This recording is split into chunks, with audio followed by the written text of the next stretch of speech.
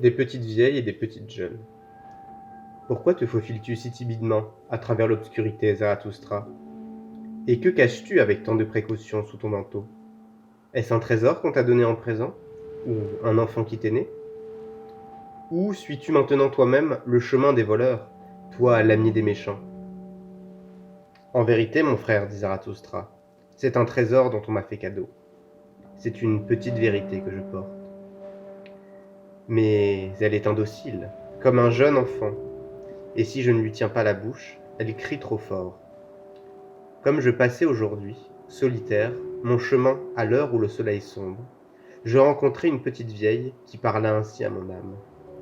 Zarathustra nous a dit beaucoup de choses, à nous, les femmes aussi. Cependant, jamais il ne nous a parlé de la femme. Et je lui répondis, de la femme, on ne doit parler qu'à des hommes.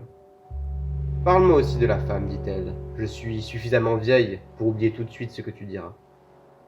Et j'accédai au désir de la petite vieille et lui parlai ainsi. Tout dans la femme est énigme, et tout dans la femme a une solution. Elle s'appelle grossesse. L'homme pour la femme est un moyen. Le but, c'est toujours l'enfant. Mais qu'est la femme pour l'homme? L'homme véritable veut deux choses, le danger et le jeu.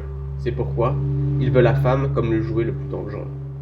Il faut que l'homme soit éduqué pour la guerre et la femme pour le repos du guerrier. Tout le reste est sottise. Des fruits par trop doux, le guerrier ne les aime pas.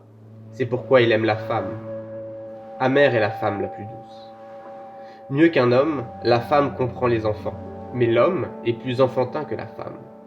Dans l'homme véritable est caché un enfant qui veut jouer. Allons, les femmes, découvrez-le, cet enfant dans l'homme.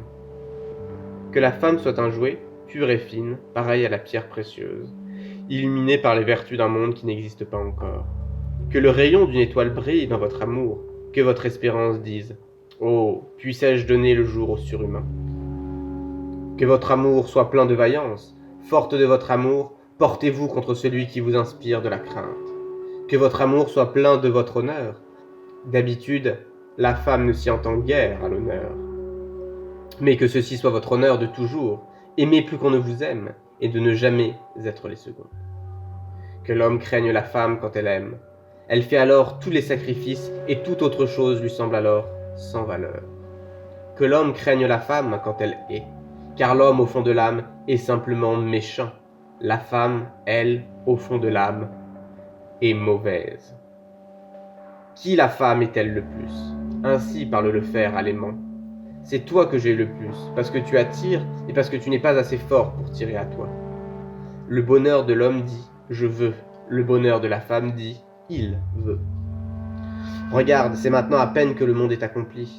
Voilà ce que pense toute femme quand elle obéit de tout son amour. Et il faut que la femme obéisse et qu'elle trouve une profondeur pour sa surface.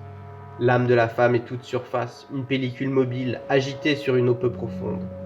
Mais l'âme de l'homme est profonde, son fleuve mugit dans des grottes souterraines. La flamme devine sa force, mais ne la comprend pas.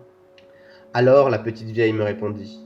Zarathustra dit de fort aimables choses, et surtout pour celles qui sont assez jeunes pour cela. C'est étrange, Zarathustra connaît peu les femmes, et pourtant, il a raison. Serait-ce parce que rien n'est impossible chez la femme? Et maintenant, en remerciement, accepte une petite vérité. Je suis assez vieille pour te le dire. Enveloppe-la bien et tiens-lui la bouche, sinon elle crie trop fort, cette petite vérité. Donne-moi ta petite vérité, femme, dis-je. Et ainsi parla la petite vieille. Tu vas voir des femmes, n'oublie pas ton fouet. Ainsi parlait Zarathustra.